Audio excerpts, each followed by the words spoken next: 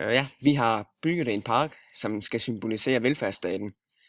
Grund til, at skoven er der, det er sådan for at symbolisere det frodige og væksten og omfordelingen. Det er lidt ligesom økosystem, hvor det er omfordelingen, den foregår sådan, at alle de får næring, og det bliver fordelt ligeligt til alle, fordi alle har en vigtig værdi og status i samfundet.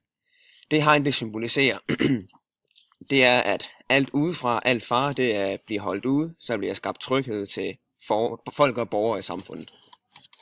Og hjertet det viser, at staten beskytter og tager sig af menneskerne, ligesom skaber et sikkerhedsnet for borgerne. De to borgere i velfærdsskoven eller parken er på niveau med hinanden, og de skal lige til at kramme hinanden, hvilket symboliserer medborgerskab og tillid. Konkurrencestaten har vi bygget i grå farver, som symboliserer, at det hele er lavet af penge. Oppe på toppen af samfundet, der står der en mand med en stor grå plade i hånden. Det er hans økonomiske kapital, altså hans pengetjek, som er større end manden til højre for ham, som også er lidt længere nede ad trappen. Vinderen står altså oppe på toppen af samfundet. Det symboliserer, at de to er i konkurrence med hinanden.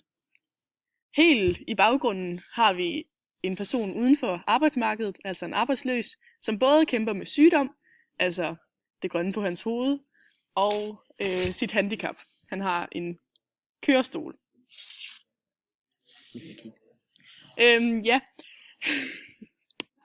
Den stærkeste står altså øverst i hierarkiet og har vundet konkurrencen. Konkurrencen den fortsætter dog i alt uendelighed. Det kan også ses på glasloftet, som er under den stærkeste mand. Det er altså muligt at se op til ham, men det er ikke muligt at bryde igennem glasloftet. Specielt for bestemte grupper i samfundet, som for eksempel kvinder.